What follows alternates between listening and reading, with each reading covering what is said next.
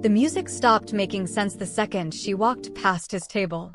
And the moment his eyes locked on her, every deal he'd ever made felt worthless. But what he said next made the entire club go silent, and nobody in that room was ready for what she did back. Seat tight, lollies, as we dive into this thrilling story proper. The bass hit like a warning. Seo-yoon didn't walk into rooms. She arrived in them, and there was a difference that every person in Club Obsidian understood the moment the spotlight caught the gold threading her black dress. She was 26, Ghanaian Korean, raised between Accra and Itaewon, and she had learned a long time ago that beauty was only useful if you knew exactly what to do with the attention it brought. She wasn't naive. She knew what this club was. She knew who came here.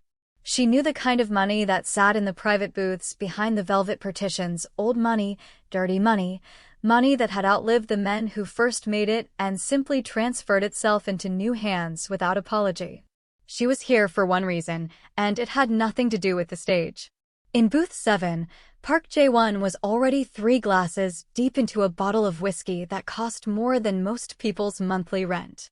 He was 71 years old, silver-haired, still sharp behind the eyes in the way that men who survived by reading rooms always stayed sharp. He had built his empire in the 90s when Seoul was rebuilding itself and the rules were more suggestion than law. He had made choices during those years that he never discussed, not with his lawyers, not with his children, not with God. He watched the stage with the detached interest of a man who had seen everything and found very little of it surprising anymore. Until Seo-yoon stepped into the light. Something shifted in him. He didn't like that it shifted. He reached for his glass, took a slow sip, and told himself it was just the whiskey. But he didn't look away. His head of security, a quiet man named Kwon who had been with him for 19 years, noticed. Kwon always noticed. It was why he was still employed. The song changed, and Seo-yoon moved with it like the music was something she had written herself in a previous life. She wasn't performing. That was what separated her from every other woman in that room. She was existing, loudly, without asking permission, and every man within eye line felt the difference even if none of them could name it. Jae-won set his glass down. Let in. Get me a name. Yes, sir. Kwon disappeared. If you're the kind of person who roots for the underdog and hates when power thinks it can buy everything, you're going to want to stay until the very end of this one, because this story is about to go somewhere nobody expected. Kwon returned in 4 minutes. Seo-yoon. The staff call her Yuna. She doesn't take private appointments. She's been here 8 months. Keeps to herself. No known associations. Jae-won repeated the name under his breath like he was testing the weight of it. He waited. That was one of the things age had given him that youth never could, the ability to wait without anxiety. Young men rushed. Old men with real power understood that timing was everything, and the person who moved first in any negotiation always lost something.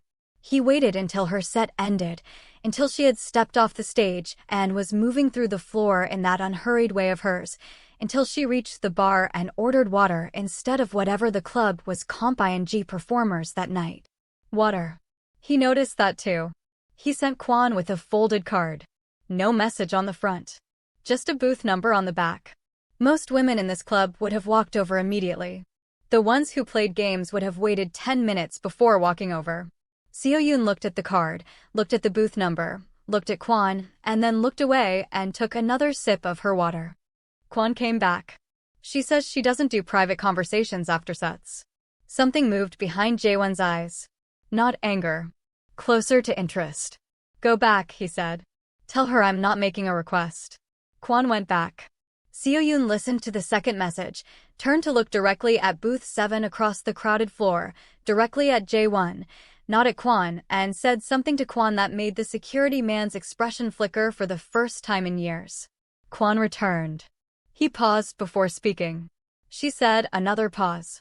She said that the fact that you sent that sentence tells her everything she needs to know about you, and she's not interested. The table was silent. Then Jae-won laughed. A real one. Short, surprised, private. It escaped before he could stop it. Bring her whatever she's drinking, he said. And tell her I apologize. Kwon stared at him. You heard me. This time, when Kwon delivered the water glass and the apology, Seo-yoon was quiet for a long moment. She turned and looked at the booth again. Then she picked up the water, said one word to Kwon, and walked across the floor. She sat down across from Jae-won without being invited to sit. She placed her water glass on the table with a small, precise click. She looked at him the way she'd looked at him from across the room, directly, without performance, without the social softening that most people wrapped their eye contact in. "You apologized," she said. Her Korean was perfect, with the faint harmonic of something else underneath it, a cadence that came from a different continent. "Why?" "Because I was rude. Men like you are always rude.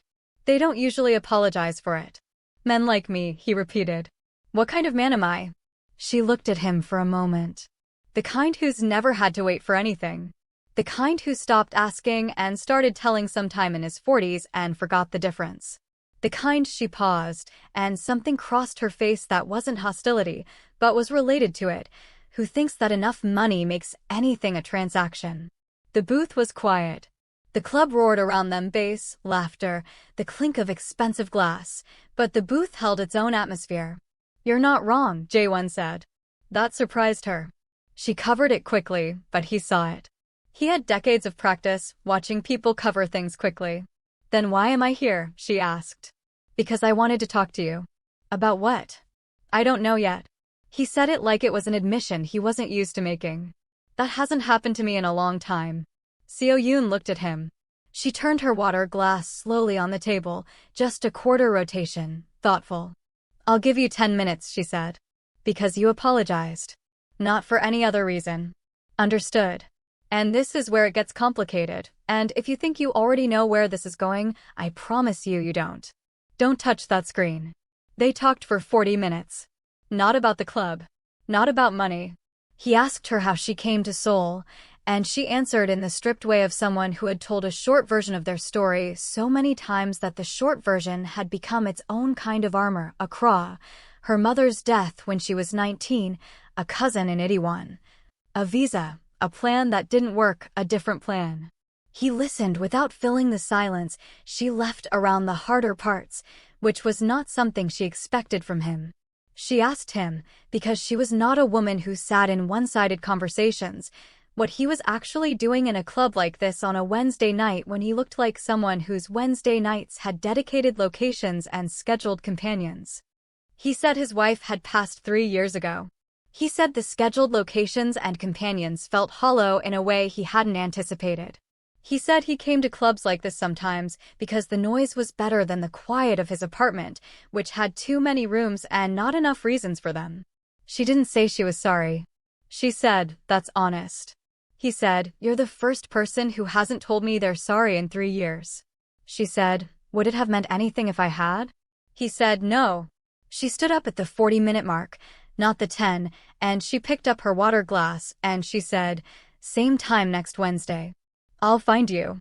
And she walked away before he could respond, which he understood, on a level he couldn't fully examine, was necessary. She needed the exit to be hers. He sat in the booth for another hour. He didn't order another drink. Kwon said nothing on the drive home. He had been with Jae-won long enough to understand when silence was the right language. The following Wednesday, she found him in booth 7. The Wednesday after that, she didn't wait for his message and didn't need Kwon as an intermediary. She came off stage, drank her water, and walked directly across the floor. By the 5th Wednesday, they were arguing about Korean economic policy in 1997, and Seo-yoon was winning.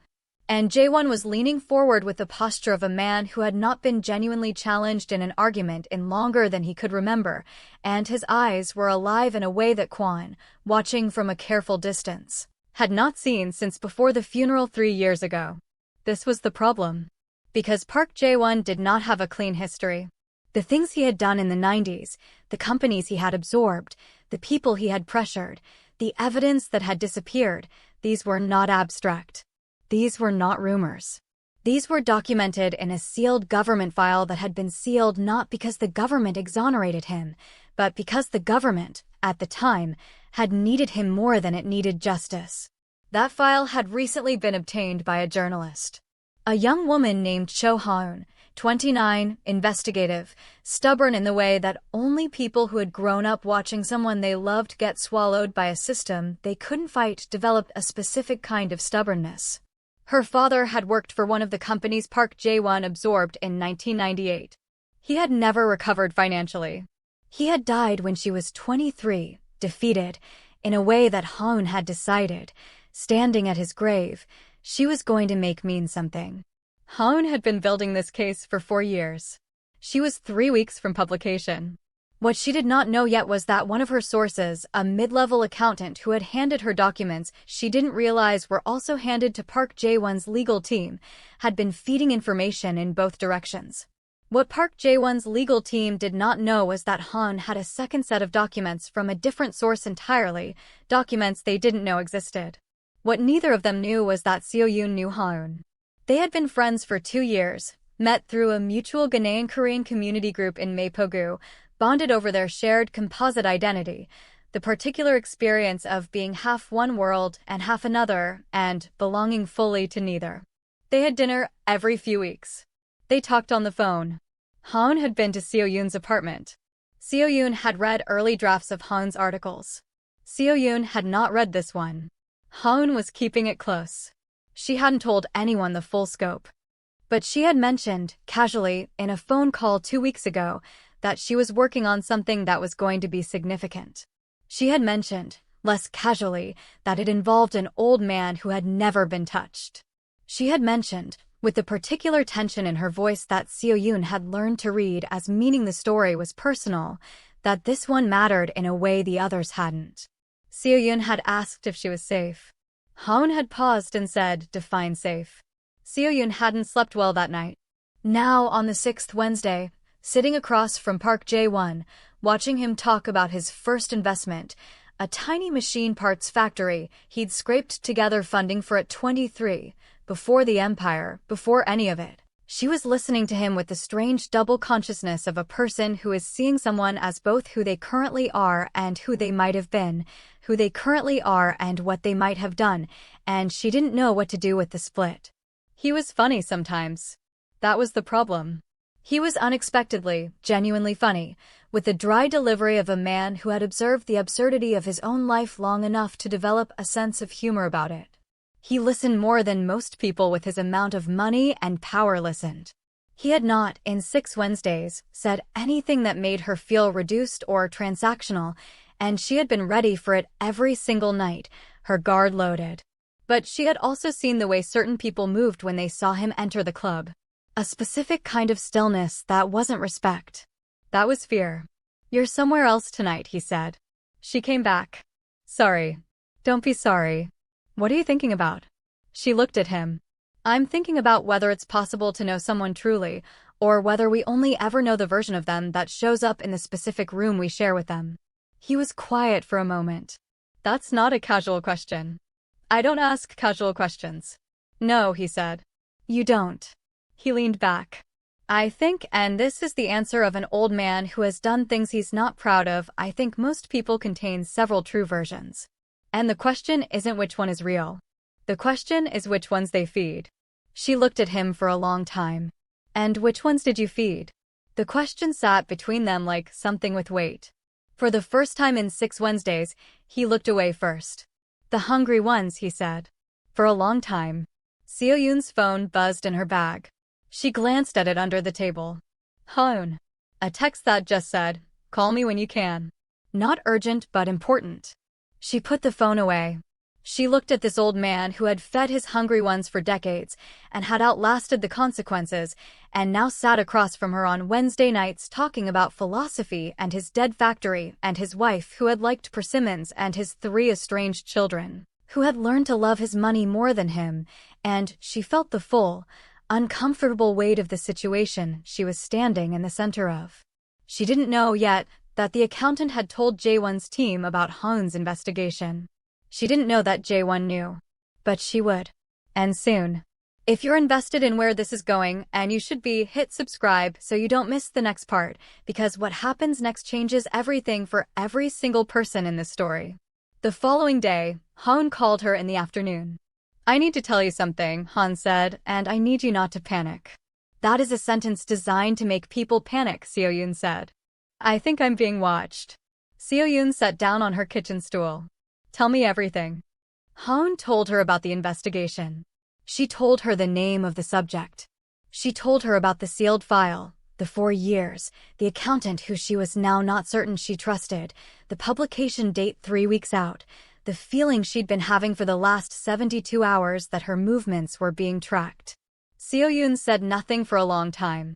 Yuna, Han said. Do you know this man? Why are you asking me that? Because I know you work at Club Obsidian. And I know he goes there. And I know the club has a reputation for. Han stopped. Please tell me you don't know him. Han. Tell me you don't know him. Seo-yoon closed her eyes. I know him. The silence on the other end of the line was the loudest thing she had ever heard. How well, Han said, and it wasn't a question with warmth in it anymore. We talk. On Wednesday nights. We just talk. About everything. About nothing. I didn't know who he was, not fully, not the scope of it. Yuna. Han's voice was controlled in the way of someone using control as a tool. He is not a person who has Wednesday night conversations. He is a person who has strategies. Everything he does is a strategy. If he's talking to you, it's because you are useful to him in some way he's already calculated. That's not. She stopped herself. Was she going to say that's not who he is? Based on what? 6 Wednesday nights and the version of him that showed up in that specific room? She heard his voice in her head.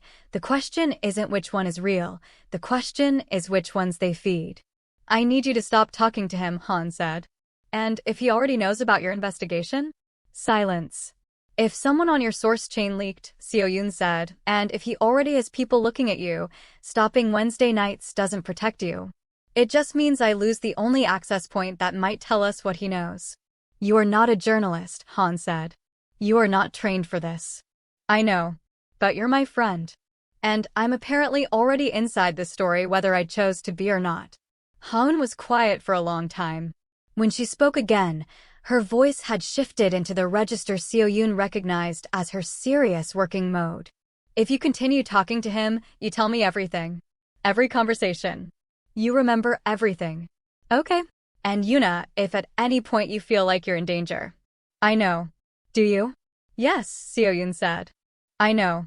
The next Wednesday, Seo-yoon arrived at Club Obsidian and her hands were steady and her face was composed, and she finished her set and drank her water and walked to booth 7, and Jae-won was already there, and he smiled when he saw her, a small, private smile that was not the smile of a man executing a strategy, or at least not obviously, or at least not in a way she could confirm, and she sat down, and she looked at him, and she made a decision she hadn't fully made before she walked across that floor. Tell me about 1998, she said. Everything in him went still.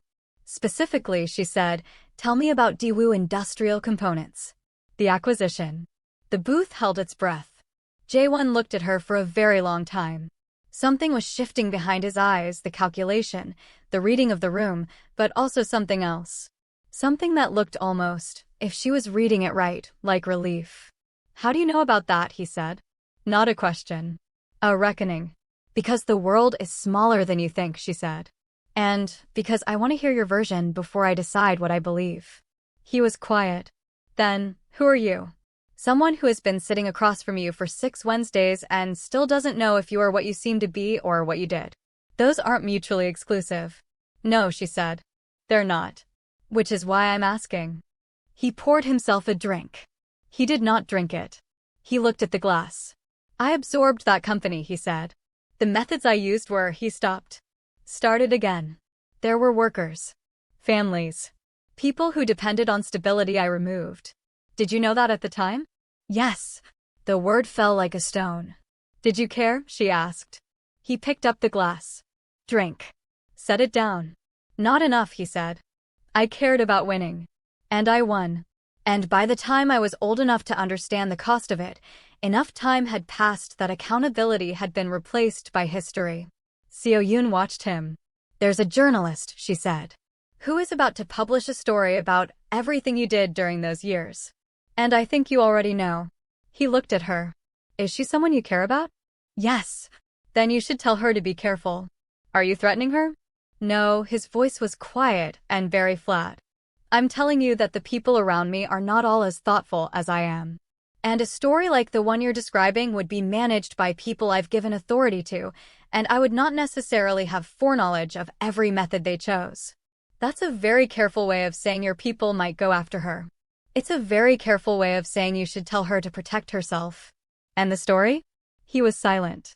Are you going to try to stop it? She asked. I don't know, he said, and she believed him, which frightened her most of all, because a man who knew would be simpler to navigate than a man who was still deciding. Then decide, she said. He looked at her with an expression she didn't have a category for. You're asking me to make myself accountable. I'm asking you to let the truth exist. The truth existing will, he stopped. Well, what? Ruin you? You're 71. You've had your empire. You've had your decades. There are people who never had any of it because of what you took from them. She wasn't shouting. Her voice was entirely level, and that made it hit harder. The man who was explaining which ones you fed, which version of yourself are you going to be right now, in this specific room? He said nothing for a long time. The club went on around them. Music, laughter, the city at full noise outside the walls. If I let the story publish, he said slowly, there are others who were part of those decisions who would also be exposed. Men who are currently less reflective than I am. And who would look for someone to blame for the leak? Hoon. Anyone connected. She let that sit. She understood what he was telling her. He was not the only danger in the room. Then what are you suggesting? I'm not suggesting anything, he said. I'm telling you the full shape of the situation so you can make an informed decision about how to protect the people you care about. That's still not an answer about what you're going to do. He looked at her across the table. He looked at her for a long time, and she held the look without flinching, and something passed between them that was not simple and was not clean and was not the kind of thing that fit into a category either of them had a word for. I'm going to need a few days, he said. You have until Han's publication date, she said. 3 weeks. She stood up. She picked up her water glass. For what it's worth, he said, what we've had on Wednesday nights, I haven't manufactured it. She looked at him. I know, she said. That's what makes all of this so difficult. She walked away. She didn't look back. Outside the club, in the Seoul night, the city electric and enormous around her, the Han River somewhere beyond the lights, the whole complicated machinery of the world running without pause, she called Han. I know what he knows, she said. And I think there are other people who are more dangerous than him. We need to talk. Tonight. Han said, come over. Seo-yoon stood on the sidewalk for one more moment. She thought about a man who'd said he fed the hungry ones for a long time. She thought about her father's friend who had worked for Daewoo Industrial Components in 1998 and had told her, when she was a teenager, that sometimes companies eat people the way that large fish eat small ones, and you just have to hope you're not small. She thought about the version of Park Jae-won that showed up in booth 7 on Wednesday nights. She thought about Han's father's grave. Then she started walking. The story wasn't over. It was, in fact, just arriving at its actual beginning. If you think this story hit differently than what you expected, if it made you feel something complicated and real, then like this video so more people can find it and subscribe. Because we're just getting started and this community deserves more stories that don't give easy answers. In the 3 weeks that followed, the city held its breath without knowing it was holding it. Han, fortified by what Seo-yoon had told her, moved her most sensitive documents to an encrypted offline system and changed the location of her final meetings with her editor. She did not stop working. She worked harder, with the specific intensity of someone who had decided that the danger of the story being told was still smaller than the danger of it dying in silence. Jae-won made no moves, visible or otherwise, for the first week. His legal team, reading the silence as instruction, waited. Kwon, who watched his employer the way a seismologist watches ground that has been quiet for too long, remained alert. On the 8th Wednesday, Jae-won was in booth 7, and Seo-yoon came off stage, and she walked across the floor, and she sat down, and they looked at each other. I called my son, he said. The youngest one. The one I've spoken to least. I told him I was thinking of him. He paused. He hung up. She said nothing. I've been thinking about what accountability means at this age, he said. When most of the direct victims of your decisions have already absorbed the damage. When saying I'm sorry is, he exhaled. When sorry is so small relative to the thing. Sorry isn't the point, she said. The record is the point. The truth in the record. And if letting the truth into the record destroys other things? Like your legacy? Like other people. Real people who will face real consequences. Name them, she said. If you're protecting specific people, name them and tell me why they deserve protection more than the people they harmed. He was quiet. You can't, she said. Some of them have families. Children. So did the workers at Daewoo. He closed his eyes briefly. When he opened them, he looked, for the first time in all their Wednesdays, old in a way that the silver hair and the sharp eyes and the money usually prevented. He looked like what he was. A man at the end of something long and complicated. I'm not going to obstruct the story, he said. I've already told my legal team to stand down on any interference measures they had in motion.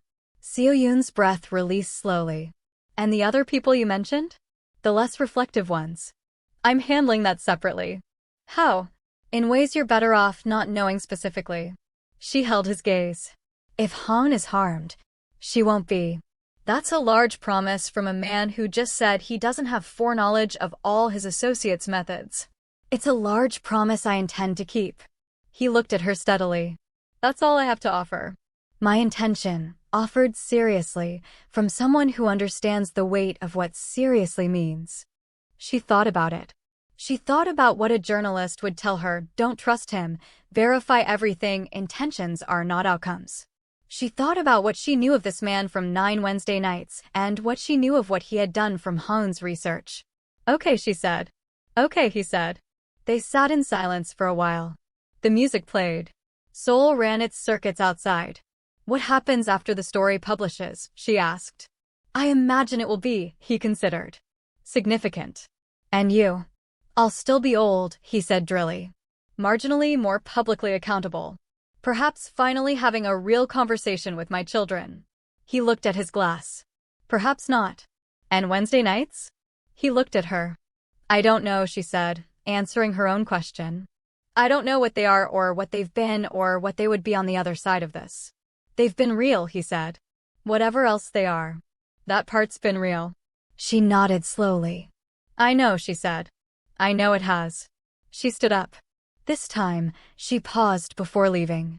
She looked at him with the full complication of what she saw, the man, and the history, and the space between them that couldn't be simplified without losing something true. Take care of yourself, she said. And she meant it with all the ambivalence it contained, and she walked out of the booth and through the club and into the Seoul night where everything was about to become visible. Han's story published on a Thursday morning, 19 days later. By noon, it was the most read piece in the outlet's history. By evening, 2 of the men named in the documents had released public statements. One had gone silent entirely, which his lawyer later said was on advice of counsel. Park Jae-won released a single paragraph through his office, no denial, no deflection, a short acknowledgement that the documented events had occurred and that he took responsibility for decisions made during that period. It was 3 sentences. It was not enough, and it was not nothing, and it landed on the internet like a stone dropped into still water, the ripples moving outward in every direction. Han called Seo-yoon the moment she saw it. 3 sentences, Han said. I know. It's not. I know, Seo-yoon said. But it's there. In the record. Han was quiet. Then, how do you feel? Seo-yoon stood at her apartment window, looking out at the city that had held all of this, the city that held everything, enormous and indifferent and beautiful, the same city it had been before the story and the same city it would be tomorrow. Complicated, she said. Me too, said Han. And somewhere across Seoul, in an apartment with too many rooms, Park Jae-won sat with his phone in his hand and his youngest son's number on the screen, his thumb hovering, the city loud outside his window, the silence inside enormous. The thing he'd done and the thing he hadn't done and the thing he might still do all pressing against each other in the remaining space. He pressed call. It rang 4 times. Then, hello. Cautious. Young. His son's voice, which still, after all these years, sounded like someone he might have been if he'd made different choices. "It's me," said Jaewon. "I know you hung up last time. I understand why." He stopped. Started again. He stopped again. On the other end, his son waited. The city waited. Everything that had already happened waited to see what would be added to it. "I just wanted to talk," Jaewon said. "If you're willing." A pause. Long enough that he thought he'd lost it. Then, "Okay," his son said. "Talk."